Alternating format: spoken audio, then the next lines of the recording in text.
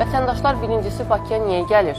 Çünki bölgələrdə kifayət qədər nə iş yeri var, nə fabrik var, nə zavod var, harda işləsin. Tikinti də heç paytaxt qədər getmir. Yəqin ki, bunu qəbul eləyərsiniz.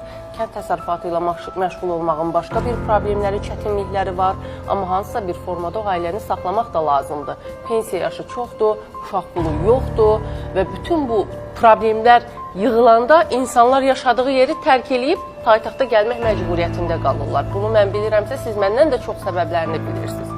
Gəldilər paytaxta. Əvvəllər polis idarələrində müvəqqəti qeydiyyata düşürdülər. İndi onlar da qapılarını bağladılar. Dedilər ki, biz qeydiyyata götürmürük. Nə bilim, onların da özlərinə görə səbəbləri var bəlkə də.